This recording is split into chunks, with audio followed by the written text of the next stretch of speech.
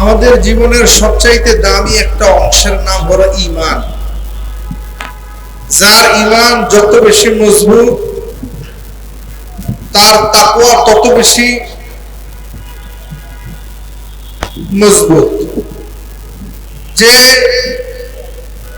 ঈমানটাকে পুক্তভাবে ধরে রাখতে পারে, যার জীবনের তামান্না থাকে যে আমি জীবনের শুরু থেকে নিয়ে মৃত্যু আগ পর্যন্ত ঈমানের উপরেই থাকতে চাই, তাহলে সে নৈতিক কিছু কাজের উপরে তাকে অবিচল থাকতে হবে।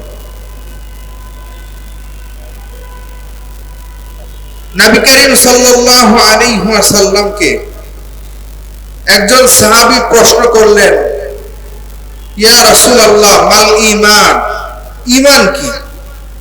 আল্লাহর হাবিব সাল্লাল্লাহু আলাইহি ওয়াসাল্লাম জবাব দিলেন, ক্বালা সবর ওয়াস সামাহাতু, ঈমান হলো ধৈর্য, সহনশীলতা, এবং ঈমান হলো দানশীলতা, এবং ঈমান হলো উদারতা।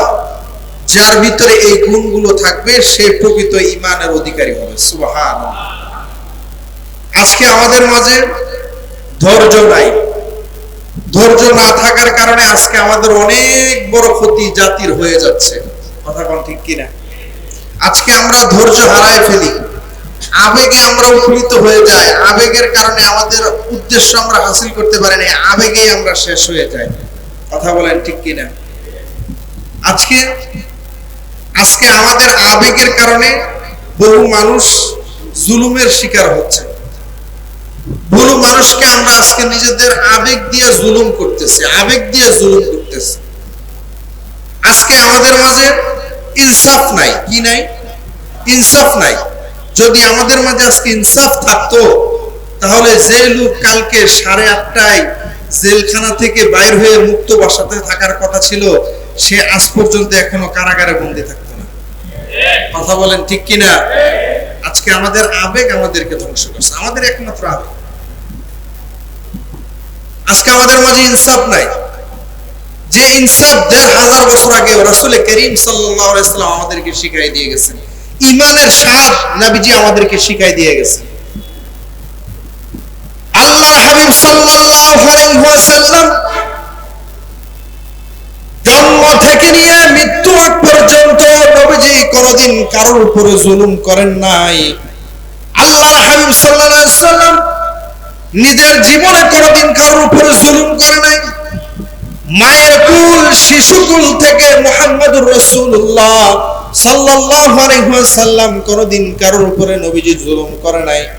মৃত্যুর আগ পর্যন্ত আল্লাহর হাবিব কারোর উপরে জুলুম করে নাই।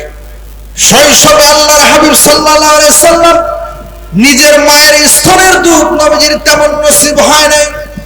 আল্লাহর হাবিব সাল্লাল্লাহু আলাইহি ওয়াসাল্লাম তার দুধ মা হালিমাতুস সাদিয়া রাদিয়াল্লাহু তাআলা আনহার গৃহে তিনি চলে গিয়েছিলেন তায়েফে।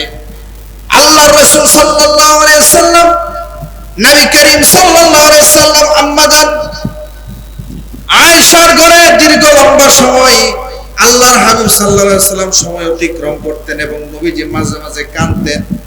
আল্লাহর রাসূলকে জিজ্ঞেস করেন, ইয়া রাসূলুল্লাহ, ইয়া হাবিবাল্লাহ, আপনি কান্না করেন কেন? বলে, আমার মা হালিমাতুস সাদিয়ার কথা চিন্তা করে আমি কান্না করি।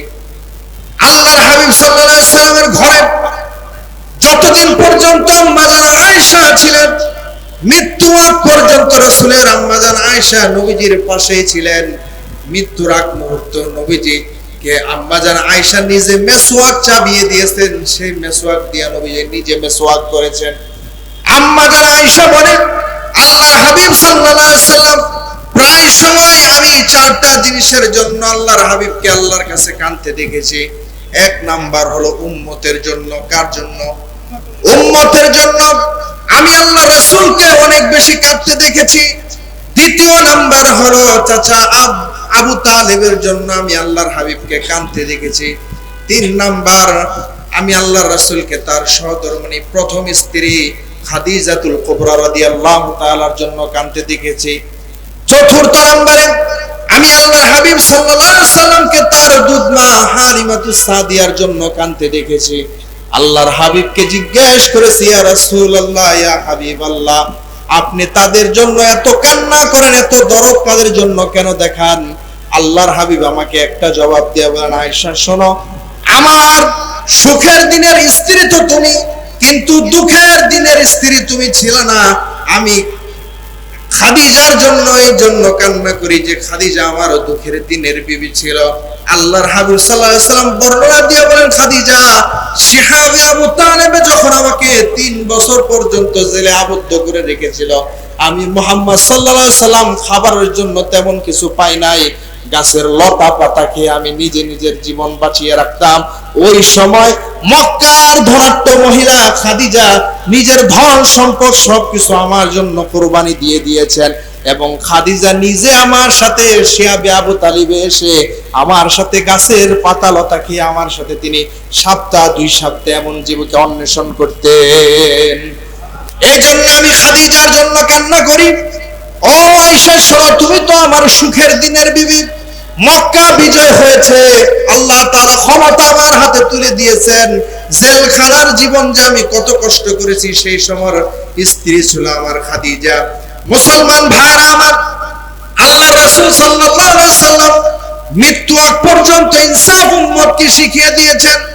আম্মা জান খাদিজা রাদিয়াল্লাহু তাআলার ইন্তেকালের পর একদিন আল্লাহ রাসূল সাল্লাল্লাহু আলাইহি সাল্লাম বলতেছেন, আমার দুধ মা হালিমাতুস সাদিয়া রাদিয়াল্লাহু তাআলা আনহা আমাকে একদিন জিজ্ঞাসা করলেন ছোট্টবেলায়, বাবা মুহাম্মদ, আমি যখন তোমাকে পালক নিয়ে আসলাম, আনার পর আমার ঘরে বরকত দিয়ে ভরে গেছে, কিন্তু তোমাকে একটা জিনিস আমি লক্ষ্য করেছি, যে আমি তোমাকে যখন আমার ডান স্তনের দুধ পান করাইতাম, তুমি শুধুমাত্র ডান স্তনের দুধই পান করতে, বাম স্তনে তোমাকে আমি ইচ্ছা করে কোনোদিন মুখ লাগাইতে দেখি না। বাবা মুহাম্মদ বলো, এটার কারণ কি?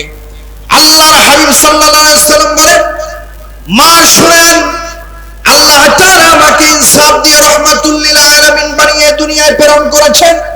আল্লাহ তাআলা আমাকে মানবতার জন্য হেদায়েতের প্রতীক বানিয়েছেন। আমি তো কারোর উপরে জুলুম করতে পারি না, আমি তো ইনসাফ কায়েম করার জন্য এই পৃথিবীতে এসেছি। আমি তো কারোর উপরে জুলুম করতে পারি না। আজকে আমাদের শত জুলুমের কারণে অনেক মানুষ আমাদের আবেগের কারণে বছরের পর বছর আলেমরা কারাবন্দির জীবন যাপন করে। সাধারণ মানুষগুলা শুধুমাত্র মাঠে ময়দানে সেখানে একটু তাকবীরের স্লোগান দিয়ে মানুষকে উৎসাহিত করে, কিন্তু এটার ভুক্তভোগী আলেমরা বছরের পর বছর জেলখানায় আবদ্ধ থাকে। কথা বলেন ঠিক কিনা? মুসলমান ভাইরা আমার, আল্লাহর হাবিব বলেন, আমি তো কারোর উপর জুলুম করি না। মা, আমি আপনার ডান স্তনের দুধ শুধুমাত্র পান করি, বাম স্তনের দুধে আমি মুখ লাগাই নেই, কারণে আমি আমার সহোদর ভাইয়ের প্রতি ইনসাফ করি। আমি আমার সহোদর ভাই আরেকজন আপনার সন্তান আছে, তার প্রতি আমি ইনসাফ করি, কারণ আমি যদি 2 স্তনের মধ্যে মুখ লাগাই 2 স্তনের দুধ আমি পান করি একা, তাহলে আমার সহোদর ভাই কি পান করবে? এই জন্য আমি ইনসাফ কায়েম করে ডান স্তনের দুধ আমি নিজে পান করি, এবং বাম স্তনের দুধ আমার সহোদর ভাইয়ের জন্য আমি জমাট বেঁধে রেখে দেই। মুসলমান ভাইরা আমার, আল্লাহর হাবিব সাল্লাল্লাহু আলাইহি সাল্লাম বলেন, আম্মা শুনেন, কিয়ামতের মাঠে মানুষের অবস্থা এতটাই ভয়ানক হবে, যে বান্দা সুদ খায় তার অবস্থা এতটা ভয়ানক হবে না, ঘুষ খায় এতটা ভয়ানক হবে না, বেনামাজি যাকাত দেয় না, দান সদকা করে না, তার অবস্থা এতটা ভয়ানক হবে না, জুলুমকারীর অবস্থা এতটাই ভয়ানক হবে। আল্লাহর হাবিব সাল্লাল্লাহু আলাইহি সাল্লাম বলেন, আয-যুলমু যুলমাতু ইয়াউমাল কিয়ামাহ, জুলুম কিয়ামতের দিন অন্ধকার রূপ ধারণ করবে। সেই অন্ধকারটা এতটাই ভয়ানক হবে, অন্ধকারের কারণে তার আযাবটাই হবে অন্ধকার।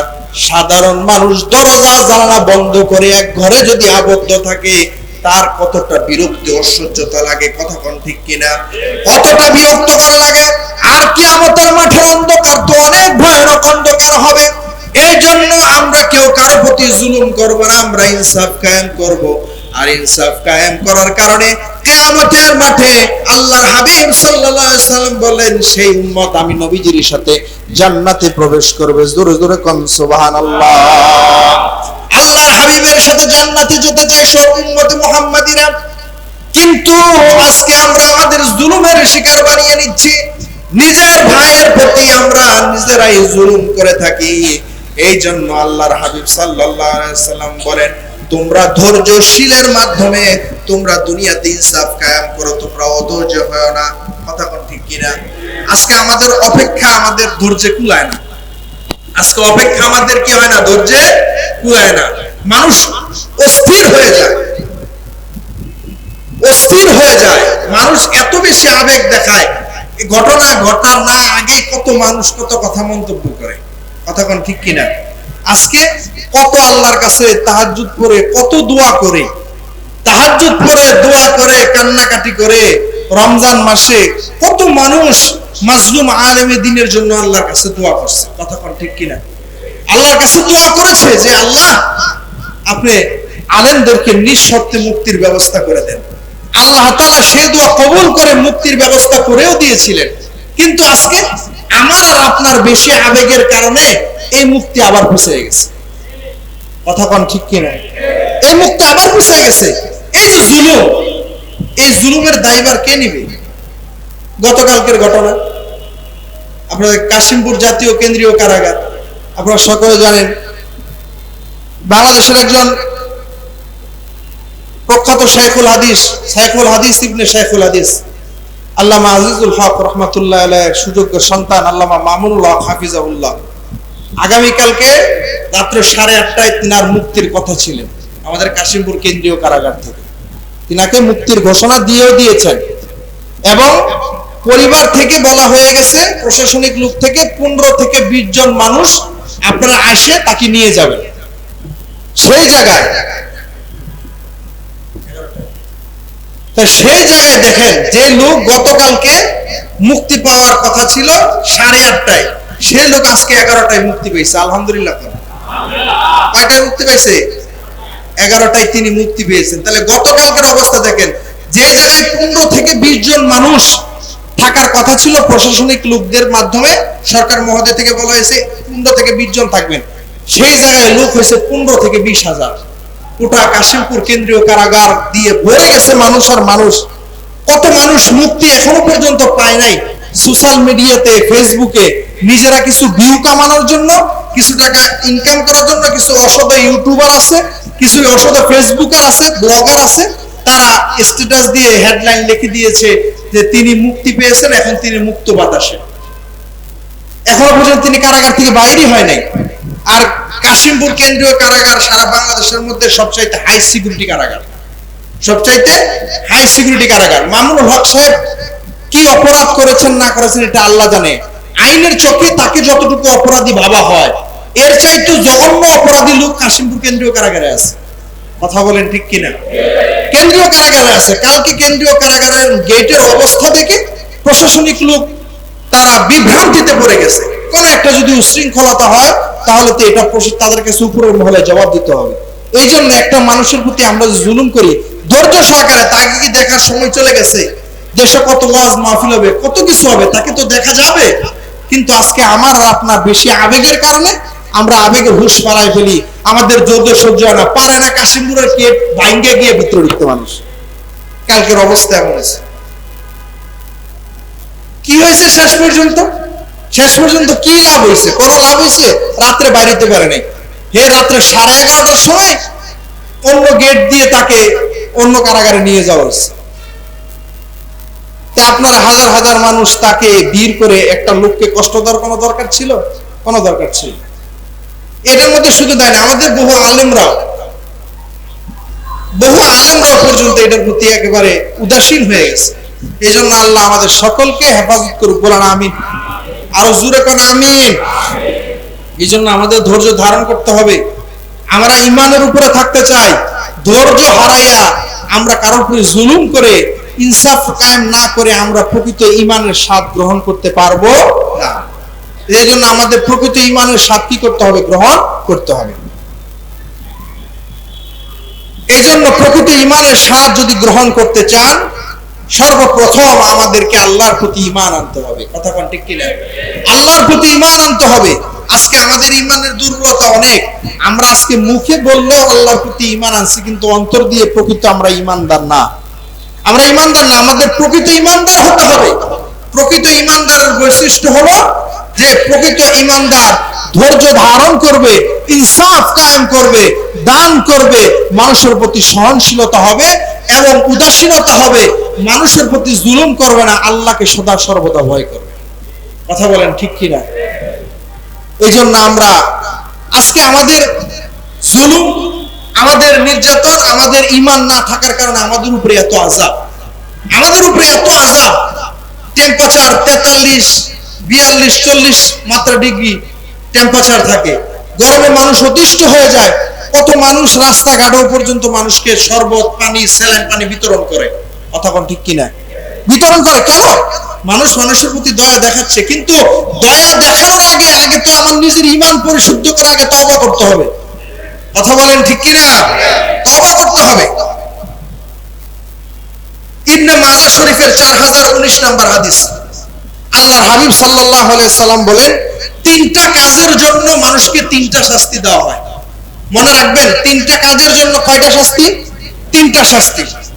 সাহাবায়ে কেরাম আরজ করেন, ইয়া রাসূলুল্লাহ, আমাদেরকে যদি সেই তিনটা কাজের ব্যাপারে সতর্ক করে দেন তাহলে আমরা তিনটা শাস্তির মোকাবেক্ষী হব না, তিনটা শাস্তির আমরা সামনে সম্মুখীন হব না। আল্লাহর হাবিব সাল্লাল্লাহু আলাইহি সাল্লাম বলেন, এক নাম্বার, যে সমাজের মধ্যে অশ্লীলতা বেশি ছড়িয়ে যায় সেই সমাজের মধ্যে আল্লাহ তাআলার আযাব মহামারী তৈরি হয়ে যায়। যে সমাজে অশ্লীলতা বেশি সেই সমাজে আল্লাহ মহামারী ফেলে। কথা কোন ঠিক কিনা? আজকে আমাদের মাঝে অশ্লীলতা আছে না নাই? আজকে আমাদের মাঝে পর্দার কোন, আমরা পর্দাই মনে করি না। আজকে আমরা বেহায়াপনা, অশ্লীলতা সোশ্যাল মিডিয়ায় দেখেন, নিজে জামাই বউরে শর্ট ভিডিও বানায় টাকা ইনকাম করে। আছে না নাই? আওয়াজ দিয়ে বলেন আছে না নাই? আল্লাহর কসম করে বলি, যে স্বামী তার স্ত্রীকে মানুষের সামনে প্রেজেন্ট করে টাকা ইনকাম করে, প্রতিতালোর বেশ্যা, আর তার স্ত্রীর মাঝে কোনো ব্যবধান নেই। কথা বলেন ঠিক কিনা? কোনো ব্যবধান নাই। আপনার লজ্জা হওয়া উচিত। আপনার স্ত্রী হলো আপনার জন্য ডায়মন্ড। ডায়মন্ডে কেউ রাস্তায় ফেলে দেয় না, যত্ন করে সিন্ধুকে রাখে। কথা কোন ঠিক কিনা? মনে রাখবেন, বাজারে কলা বিক্রি হয় না? কলা বিক্রি হয় কিনা? ছোলা কলা জীবনে বিক্রি হয় দেখছেন? কলা সুইল্লা কেউ বিক্রি করে? ছোলা কলার যেমন দাম থাকে না, বেপরদা নারীর এই সমাজে কোনো দাম নেই, কোনো মূল্য থাকে না। ইসলামে তার কোনো অধিকার থাকে না। ইসলাম একমাত্র নারীর অধিকার দিয়েছে, কিন্তু জাতির সামনে, পর পুরুষের সামনে নিজেকে প্রেজেন্ট করে এই ইসলাম আপনাকে স্বাধীনতা দেয়। এই জন্য আজকে আমাদের মাঝে অশ্লীলতা বেড়ে গেছে। আমরা যদি অশ্লীলতা ছাড়তে পারতাম তাহলে আমাদের মাঝে আজকে মহামারী আসতো। এই জন্য আল্লাহর হাবিব বলেন, অশ্লীলতাকে দূর করে দিতে হবে, জিনা ব্যভিচার থেকে আমাদের দূরে থাকতে হবে, জিনা ব্যভিচার থেকে আমাদের দূরে থাকতে হবে। ছোট্ট একটা ওয়াকিয়া আপনাদেরকে শোনাই। আবু সুফিয়ানের স্ত্রী হিন্দা, নাম কি? হিন্দা। এই হিন্দা হলো আল্লাহ রাসূলের চাচা আমিরে হামজা রাদিয়াল্লাহু তাআলা আছেন, যারা হজে যাবেন তারা দেখবেন আমির হামজার কবর দেখা যায়। তাকে যুদ্ধের ময়দানে যখন হত্যা করা হয়েছিল, হত্যা করার পর 70 টুকরা করা হয়েছে। কত টুকরা? 70 টুকরা, মতান্তরে কম বেশি আছে। এই হিন্দা নামক মহিলাটা হযরত আমিরে হামজা রাদিয়াল্লাহু তাআলা আনহুর যুদ্ধের ময়দানে তার মৃত্যু, তিনি যখন শাহাদাত বরণ করছেন, তার বুকের উপরে গিয়ে উঠছেন। উঠার পর তার বুক ছিঁড়ে কলিজা বাহির করে রক্ত চিবায় গেছে নবীজির আপন চাচা আমিরে হামজা রাদিয়াল্লাহু তাআলা। এই হিন্দা নামক মহিলা পরবর্তীতে ইসলাম গ্রহণ করছে। পরবর্তীতে ইসলাম গ্রহণ করার পর আল্লাহর হাবিব সাল্লাল্লাহু আলাইহি সাল্লাম এই নতুন নও মুসলিম যে সমস্ত মহিলারা আছে তাদেরকে নিয়ে একটা মজলিস বসে আল্লাহর হাবিব সাল্লাল্লাহু আলাইহি সাল্লাম বলে যে, আজকে থেকে তোমরা আমার কাছে ওয়াদা করো যে তোমরা আজকে থেকে জুলুম করবা না। ওয়াদা করো। সবাই বললো যে হ্যাঁ আমরা জুলুম করব না। তোমরা আজকে থেকে ডাকাতি করবা না। বলে হ্যাঁ আমরা আজকে থেকে ডাকাতি করব না। 3 নাম্বার, তোমরা আজকে থেকে জিনা ব্যভিচার করবা না। তারা বলে যে হ্যাঁ আজকে থেকে আমরা জিনা ব্যভিচার করব না। এমন সময় হিন্দা নামক মহিলা আল্লাহর হাবিব সাল্লাল্লাহু আলাইহি সাল্লামকে বলেন, মুহাম্মদ কি বললা তুমি এটা? তোমার এমন কথা বলা এখানে উচিত হয় নাই। বলে যে কেন, কি হয়েছে?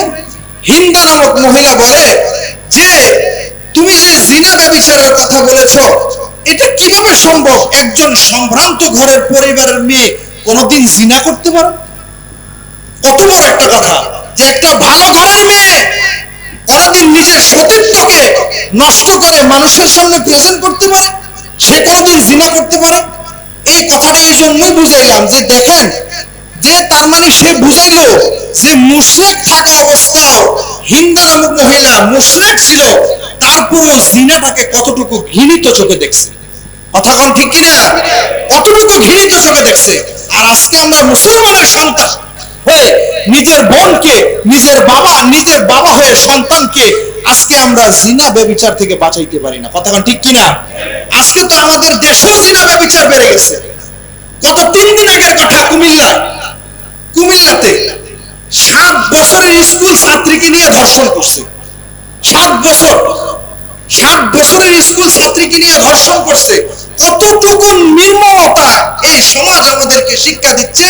এটা একমাত্র এই কারণে হচ্ছে আমাদের মাঝে অশ্লীলতা এবং জিনা ব্যভিচার বেড়ে গেছে। কথা কোন ঠিক কিনা? বেড়ে গেছে। আজকে আমরা নিজেরা যদি সতর্ক থাকতাম, আজকে দেশ যদি প্রশাসনের উপরস্থ কর্মকর্তা থেকে নিয়ে যদি সরকার মহোদয় পর্যন্ত এর প্রতি সচেতন থাকতেন, আল্লাহর কসম এই দেশে কোনোদিন ইফতিজিনা আর জিনা ব্যভিচার হতো না। কথা বলেন ঠিক কিনা? হতো না। এই জন্য আল্লাহর হাবিব সাল্লাল্লাহু আলাইহি ওয়াসাল্লাম বলেন, তোমরা অশ্লীলতা থেকে দূরে থাকো, তোমাদের মাঝে কোনোদিন মহামারী আসবে না। আল্লাহর হাবিব 2 নম্বরে বলেন, ওই সমাজের মধ্যে আল্লাহ তাআলা 3টা কাজের কারণে শাস্তি দেয়। 2 নম্বর হলো যে সমাজের মানুষ ব্যবসায়ীরা ওজনে মাল দেওয়ার ক্ষেত্রে কারুজারি করে, চুরি চাচারি করে, আছে না নাই? ওজনে কম দেয়, সেই সমাজের মানুষের জন্য আল্লাহ তাআলা দুর্ভিক্ষ ঢেলে যায়। যে সমাজের মানুষরা ওজনে কম দিবে, ওজনে সিটারি করবে, বাটপারি করবে, আল্লাহ ওই সমস্ত সমাজের মানুষের জন্য দুর্ভিক্ষ দিয়ে দিবে। আজকে আমাদের মাঝে দরিদ্রতা আছে না নাই? অভাব আছে না? দ্রব্যমূল্যের যে পরিমাণে ঊর্ধ্বগতি আমাদের মাঝে, আজকে যে পরিমাণে ঊর্ধ্বগতি সমাজে, মানুষ যে পরিমাণে স্যালারি পায়, যে পরিমাণে ইনকাম করে, ইনকাম যারা করে কষ্ট করে, আজকে মাস গেলে সংসার চালানোটা তাদের জন্য অনেক কষ্টদায়ক হয়ে গেছে। কথা বলেন ঠিক কিনা? সংসার চালানোটা কষ্টদায়ক হয়ে গেছে। কারণ আমাদের এই সমাজে যারা ব্যবসা করে, ওজনে যারা কম দিবে, তাদের জন্য দুর্ভিক্ষ আল্লাহ তাআলা সমাজের মাঝে ঢেলে দেয়। একজনের কারণে 10 জনের প্রতি আল্লাহ আযাব দেয়। একজনের কারণে 10 জনের প্রতি আল্লাহ কি দেয়? আযাব দেয়। ওজনে কি করা যাবে না? কম দেওয়া যাবে না। যারা ব্যবসা করে, আল্লাহর হাবিব সাল্লাল্লাহু আলাইহি ওয়াসাল্লাম বলেছে, তোমরা প্রয়োজনে ওজনে বাড়ায় দাও, ওজনে তোমরা কি করো না? কম দিও না। আজকে যদি আমরা নিজেরা যদি পরিশুদ্ধ হতে পারি, এই সমাজ একটা আদর্শ সমাজ হিসাবে আল্লাহ তাআলা গঠন করে দিবেন। সুবহানাল্লাহ। দেখেন, আল্লাহ তাআলা এর বাস্তব নজির পৃথিবীতে আছে। বাস্তব একটা নজির আপনাদেরকে দেখাই। বর্তমান সারা বিশ্বের মধ্যে কোন জায়গায় বৃষ্টি হচ্ছে, কোন জায়গায় তীব্র দাবদাহের কারণে মানুষ অতিষ্ঠ হচ্ছে, রাস্তার পিচ ঢালাই পর্যন্ত গলে যাচ্ছে। কত অবস্থান দেখেন, কেউ চাষাবাদ করতেছে, যারা ধান কাটতেছে, যারা কাজ করতেছে, এরা চাইতেছে আল্লাহ বৃষ্টি যেন না হয়। আর অন্যদিকে অনেকে যারা এমনি থাকেন, গার্মেন্টস ফ্যাক্টরিতে চাকরি করেন, তারা চাইতেছে যে আল্লাহ কি করেন? বৃষ্টি দেন। কখন বৃষ্টি কিভাবে হবে এটা আল্লাহ তাআলা ভালো জানেন। জাতির কল্যাণ লগ্নে যখন যেখানে যা প্রয়োজন, আল্লাহ তখন সেখানে তাই দিবেন। কিন্তু সবার আগে ভালো কিছু যদি পেতে হয়, আমাদেরকে নিজেদের তওবা করে ফিরে আসতে হবে। কি তওবা? যেরকম সালাতুল ইস্তিসকার নামাজের জন্য আমাকে 2-3 জায়গা থেকে ফোন দিয়ে বলছেন, হুজুর আসেন আমরা সালাতুল ইস্তিসকার নামাজ পড়ব আপনার ইমামতিতে। আমি বলছি যে সালাতুল ইস্তিসকার নামাজের সময় এখনো হয় নাই, আমি সালাতুল ইস্তিসকার নামাজ পড়াইতে পারবো না, আমি বলছি। তা বলেন যে হুজুর কেন? তা আমি বলছি, যখনই এই সমাজের মানুষ তওবায়ে নাসুহা করবে, কি করবে? তওবায়ে নাসুহা করবে, ইয়া আইয়ুহাল্লাযীনা আমানু তুবু ইলাল্লাহি তাওবাতান নাসুহা, যখন মানুষ তাওবায়ে নাসুহা করবে তখন আল্লাহ পাক রব্বুল আলামিন আসমান থেকে এমনি রহমতের বৃষ্টি বর্ষণ করবে। আজকে আমাদের মাঝে তাওবায়ে নাসুহা নাই, এত আযাব, এত গরম টরম লাগে। ফজরের নামাজে মুসল্লি হচ্ছে কয় রাকাত? এনে ফজরের নামাজে মুসল্লি নাই? আজকে ফজরের নামাজ পড়ছেন কে কে? হাত তুলেন দি, সত্য করে হাত তুলেন, না পড়ে তুলেন না, হাত নামান। এখানে যদি শতকরার মধ্যে 20 ভাগ পড়ছে, 80 ভাগই পড়ে নাই। আল্লাহর কাছে আল্লাহর হুকুমই মানেন না, আল্লাহর কাছে বৃষ্টির আশা করেন কিভাবে? সালাতুল ইস্তিসকা নামাজ পড়লে বৃষ্টি হইব? নবী মুসার জামানায় এক গুনাহগারের কারণে বৃষ্টি হয় নাই, একজন গুনাহগারের কারণে আল্লাহ তওবা কবুল করে নাই। আর এই সমাজে গুনাহগারের অভাব আছে, সুদখোর ঘুষখোরের অভাব আছে, জিনা ব্যভিচারের অভাব আছে? অভাব। এইজন্য আমাদের আগে তওবায়ে নাসুহা করে ফিরে আসতে হবে। তওবায়ে নাসুহা করে যদি আমরা ফিরে আসি, আল্লাহর কসম আসমানের দিকে হাত উঠাইতে দেরি, আসমান থেকে রহমতের বৃষ্টি হতে দেরি হবে না। আজকে আমাদের নিজেদের পরিশুদ্ধ হতে হবে। নিজেরা আল্লাহর কাছে চান না ভাই, আল্লাহর কাছে তওবা করে ফিরে আসেন না। খাইলেও দিন যায়, না খাইলেও দিন যায়, কথা ঠিক কিনা? রাত্রে ঘুমাইলেও রাত পোহায়, না ঘুমাইলেও রাত পোহায়। দিনের বেলা আপনি কাজ করলেও দিন যাবে, না করলেও দিন যাবে, কথা বলেন ঠিক কিনা? এই জন্য আল্লাহর হাবিব সাল্লাল্লাহু আলাইহি ওয়াসাল্লাম বলেন, তোমাদের যে সমাজের মাঝে মানুষ ওজনে কারচুপি করবে, সেই সমাজে আল্লাহ দুর্ভিক্ষ ঢেলে দিবে। আল্লাহ আমাদের সকলকে হেফাজত করুন, বলেন আমিন। 3 নাম্বার, আল্লাহর হাবিব সাল্লাল্লাহু আলাইহি ওয়াসাল্লাম বলেন, যে সমাজের মানুষগুলো অধিক সম্পদ থাকা সত্ত্বেও আল্লাহর রাস্তায় দান করে না, যাকাত প্রদান করে না, সেই সমাজের মাঝে আমি অনাবৃষ্টি দেই। যে সমাজের মানুষ যাকাত দেয় না, দান করে না, ওই সমাজে আল্লাহ অনাবৃষ্টি দেয়। বৃষ্টি দেন না আল্লাহ। আজকে বাস্তবতার সাথে মিল আছে না নাই? কথা বলেন, মিল আছে না নাই? বাংলাদেশের মধ্যে অধিকাংশ মানুষ কি করে না? যাকাত দেয় না, আছে না নাই? অনেক মানুষই যাকাত দেয় না। যাকাত না দেওয়ার কারণে আজকে আমাদের মাঝে বৃষ্টির প্রবণতা নাই। নাহলে একটা সময় মানুষ এমন ভাবে যাকাত দিত, এমন ভাবে যাকাত দিত, হালাল মালের যাকাত বাছাই করে করে সিন্ধুকে ভরে রাখতেন, নেশাব পূর্ণ হয়ে গেলে এই মাল মানুষের মাঝে যাকাত বিতরণ করতেন। আজকে আমরা যাকাত দেই শুধু মানুষ লোক দেখানোর জন্য, কথা কোন ঠিক কিনা? লোক দেখানোর জন্য যাকাত দেই আমরা, আল্লাহর সন্তুষ্টির জন্য যাকাত দেই না, আল্লাহর সন্তুষ্টির জন্য যাকাত দেই না। এই জন্য আমরা দান করব, পারবো তো ইনশাআল্লাহ? দানের দিক থেকে আমরা উদাসীন হব, পারবো না ইনশাআল্লাহ?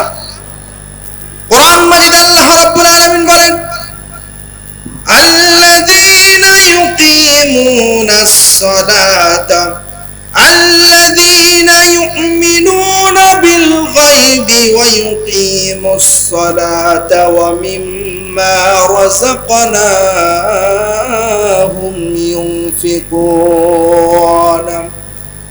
যারা গায়বের প্রতি ঈমান আনে এবং যারা নামাজ কায়েম করে এবং যাকাত প্রদান করে, এবং আমি আল্লাহ তাআলা যে রিজিক তাকে দিয়েছি সেই রিজিক থেকে আমার রাস্তায় ব্যয় করে, তারাই হলো প্রকৃত ঈমানদার। জোরে জোরে কোন সুবহানাল্লাহ। এজন্য মুসলমান ভাইরা আমার, দানের ক্ষেত্রে আমাদের মনকে উদার করতে হবে। আজকে তো আমরা মনে করি দানের সম্পদ আমরা যদি লুকায় রাখি, এই সম্পদ আমার জন্য অনেক কাজে আসবে।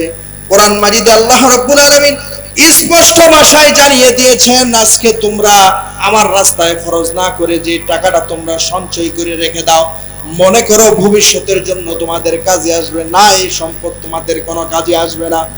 এই সম্পদ তোমাদের কোনো কাজে আসবে না, এই সম্পদ তোমাদেরকে ধ্বংস করে দিবে।